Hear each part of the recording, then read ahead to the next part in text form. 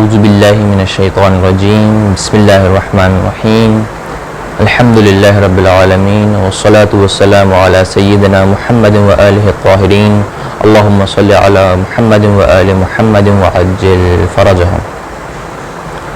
سب سے پہلے تو امام زمانہ عجل اللہ تعالی فرجہ الشریف اور آپ تمام عزیزان کی خدمت میں امام رضا علیہ السلام کی شہادت کی تعزیت پیش کرتا ہوں۔ امام رضا علیہ السلام اپنے زمانے میں اسلامی معاشرے کی قیادت کرنے کے ساتھ ساتھ مأمون کے علمی حربوں کا بھی مقابلہ کیا کرتے تھے، اور ساتھ ساتھ امام رضا علیہ السلام خود کو اسلامی معاشرے کے امام اور اسلامی معاشرے کے خلیفہ معرفی کیا کرتے تھے، اور مأمون کو غاصب اور ظالم حکمران بتلایا کرتے تھے۔ امام علیہ السلام نے مختلف مواقع پر اس حقیقت کا اظہار کیا، اور مأمون کو اس بات سے بہت خوف اور بہت ڈر تھا۔ امام رضا علیہ السلام نے اس حقیقت کے بارے میں یہ بیان ارشاد فرمایا کہ اگر تقوی الہی نہ ہوتا، کہ اگر خداوند متعال نے تقوی کی پیروی کا حکم نہ دیا ہوتا تو میں بآسانی مختلف طریقوں سے یا غلط طریقوں سے مأمون سے حکومت چھین سکتا ہوں، جس طرح مأمون نے اور بنی عباس اور بنی امیہ کے حکمرانوں نے اس حکومت کو اور اس خلیفۃ اللہ کے منصب کو حاصل کیا ہے۔ لیکن میں اپنے جد بزرگوار امام علی علیہ السلام کی جو طریقہ ہے اس پر عمل کرتے ہوئے، یعنی تقوی الہی کا مراعات کرتے ہوئے، تقوی الہی کا خیال رکھتے ہوئے اس منصب کو غلط طریقوں سے حاصل نہیں کرنا چاہتا۔ لیکن اس کا مطلب یہ نہیں کہ امام علیہ السلام نے خود کو معاشرے کے سامنے خلیفۃ اللہ اور حقیقی امام نہ بتلایا، بلکہ امام علیہ السلام نے مختلف مواقع پر خود کو حقیقی امام اور برحق خلیفہ معرفی کروایا۔ عیون اخبار رضا میں ایک روایت ملتی ہے کہ ایک دن ایک شخص نے خواب میں یہ دیکھا کہ رسول خدا صلی اللہ علیہ وآلہ وسلم نباج شہر کے ایک مسجد میں تشریف لاتے ہیں۔ جب اس شخص کو اس بات کا علم ہوتا ہے کہ رسول خدا تشریف لائے ہے تو وہ تیزی سے رسول خدا کی خدمت میں پہنچتا ہے اور دیکھتا ہے کہ رسول خدا ایک جگہ پر تشریف فرما ہے، رسول خدا کی خدمت میں حاضر ہوتا ہے۔ رسول خدا کے سامنے ایک برتن ہوتا ہے جس کے اندر کچھ کھجوریں موجود ہوا کرتی ہے۔ رسول خدا نے اپنا ہاتھ بڑھا کر ایک مٹھی کھجور اٹھائی اور اس شخص کو عطا کر دی۔ اس شخص نے کھجوروں کی تعداد گنی تو اس میں 18 کھجوریں تھیں، اور اس شخص نے یہ کہا کہ اس 18 کھجوروں کو میں نے اس طرح تفسیر کیا کہ 18 سال تک خداوند متعال نے مجھے زندگی عطا کی ہے، مزید میں 18 سال زندگی گزاروں گا۔ وہ شخص خواب سے اٹھتا ہے اور کچھ دن گزر جاتے ہیں۔ ایک دن اپنے زمین پر کھیتی باڑی کا کام کر رہا ہوتا ہے کہ خبر آتی ہے کہ امام رضا علیہ السلام نباج شہر کے مسجد میں تشریف لائے ہے۔ وہ شخص تیزی سے امام رضا علیہ السلام کی خدمت میں حاضر ہوتا ہے اور یہ دیکھتا ہے کہ وہی جگہ جہاں پر اس نے خواب میں دیکھا تھا کہ رسول خدا موجود ہے، اسی جگہ پر امام رضا علیہ السلام بھی تشریف فرما ہے۔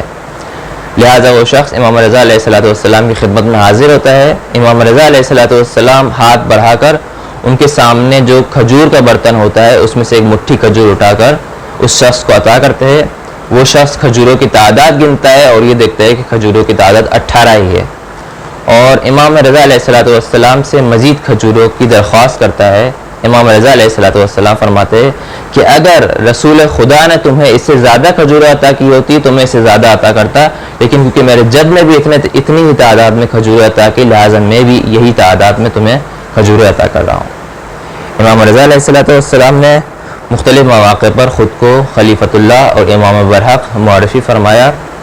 امام رضا علیہ السلام نے اپنے زمانے میں معاشرے کو اتنا زیادہ مدد کیا اور اتنا زیادہ فکری اور نظریاتی اور مختلف جہات سے بہترین قیادت انجام فرمائی کہ ان کا اثر و رسوخ لوگوں کے درمیان بہت زیادہ ہو گیا تھا، یہاں تک کہ مامون کو امام کے اثر و رسوخ سے خوف زدہ ہونا پڑا، اور بالآخر اس نے یہ فیصلہ کیا کہ امام کو کسی طرح بھی اس راستے سے اپنے راستے سے ہٹایا جائے۔ امام رضا علیہ السلام ایک دن اپنے گھر پر تشریف فرما تھے کہ مامون کا سپاہی آتا ہے اور امام کے در پر زور زور سے دستک دیتا ہے۔ امام رضا علیہ السلام ابا سلط سے یہ فرماتے ہیں کہ مامون کے عزائم درست نہیں لگ رہے، اگر میں واپسی پر میرے سر پر کوئی کپڑا ہو تو جان لینا کہ مامون نے مجھے زہر دے دیا ہے اور مجھ سے کوئی سوال نہ پوچھنا۔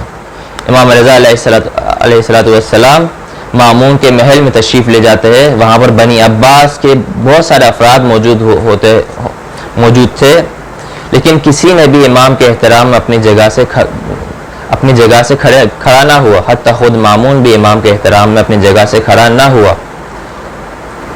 امام کے ولایت عہدی کے شروع کے ایام میں اتنا زیادہ امام کا احترام کیا جاتا تھا کہ خود مامون بھی امام کے احترام میں کھڑے ہوا کرتا تھا، لیکن آج بنی عباس نے کام کو یہاں تک پہنچا دیا کہ امام کے احترام میں کوئی کھڑے ہونے والا نہیں۔ امام رضا مامون کے دربار میں تشریف لے جاتے ہیں اور وہاں پر مامون کے پاس جا کر تشریف فرما ہوتے ہیں۔ مامون امام کے سامنے ایک انگور کا برتن پیش کرتا ہے۔ امام رضا علیہ السلام انگور کھانے سے منع کرتے ہیں، لیکن مامون یہ کہتا ہے کہ آپ کو کھانا پڑے گا، ورنہ پردے کے پیچھے ننگی تلوار آپ کا انتظار کر رہی ہے۔ امام رضا علیہ السلام 3-4 دانے انگور کے میل فرماتے ہیں۔ اس کے بعد مامون یہ کہتا ہے کہ آپ مزید انگور میل فرمائے۔ امام رضا علیہ السلام فرماتے ہیں کہ جس مقصد کے لیے تو مجھے انگور کھلانا چاہتا ہے، اس مقصد کے لیے 3-4 دانے انگور کافی ہے۔ امام رضا اپنے گھر تشریف لے جاتے ہیں اور ابا سلط یہ دیکھتا ہے کہ امام کے سر پر کپڑا ہے۔ امام رضا علیہ السلام 3 دن تک درد برداشت کرتے ہیں اور بالآخر امام رضا علیہ السلام کا انتقال ہوتا ہے۔ مامون امام کو جنازہ پڑھانا چاہتا ہے کہ یہ نظر آتا ہے کہ دور سے ایک سوار آ رہا ہے، اور سوار آنے کے بعد مامون کو جنازے سے ہٹا کر یہ ارشاد فرماتا ہے کہ معصوم کا جنازہ صرف اور صرف معصوم پڑھا سکتا ہے، معصوم کے علاوہ کوئی نہیں پڑھا سکتا۔ مولا امام جواد معجزِ امامت سے اپنے باپ کے جنازے پر مامون اپنے باپ کے جنازے پر نماز جنازہ پڑھانا ہے، لیکن ہائے تاریخ میں ایک ایسا جنازہ ملتا ہے، ایک ایسا بیٹا ملتا ہے اس کے باپ کا جنازہ بے گور و کفن صحرا پہ موجود ہے، لیکن بیٹا کوئی نماز جنازہ نہیں پڑھا سکتا، بیٹا غسل و کفن نہیں دے سکتا، بیٹا دفنا نہیں سکتا۔ اگر کوئی اس جنازے کا احترام کرتا ہے تو پرندے ہیں جو آ کر اس جنازے پر سایہ کرتے ہیں، اگر کوئی اس جنازے کا احترام کرتا ہے تو درندے ہیں جو اس جنازے کے اطراف میں حلقہ بناتے ہیں تاکہ کوئی اس جنازے کو نقصان نہ پہنچا سکے۔ بس ایک ماں بیٹھی ہوئی ہے جو اپنے لال کے جنازے پر ماتم کر رہی ہے۔ وَسَيَعْلَمُ الَّذِينَ ظَلَمُوا أَيَّ مُنْقَلَبٍ يَنْقَلِبُونَ۔ پروردگارہ ہماری اس خلیل سی عبادت کو اپنے بارگاہ میں قبول فرما، امام زمانہ کے ظہور میں تعجیل فرما، ہمیں ان کے اعوان و انصار میں شامل ہو کر جام شہادت نصیب فرما۔ ربنا تقبل منا انك انت السميع العليم وتب علينا انك انت التواب الرحيم برحمتك يا ارحم الراحمين۔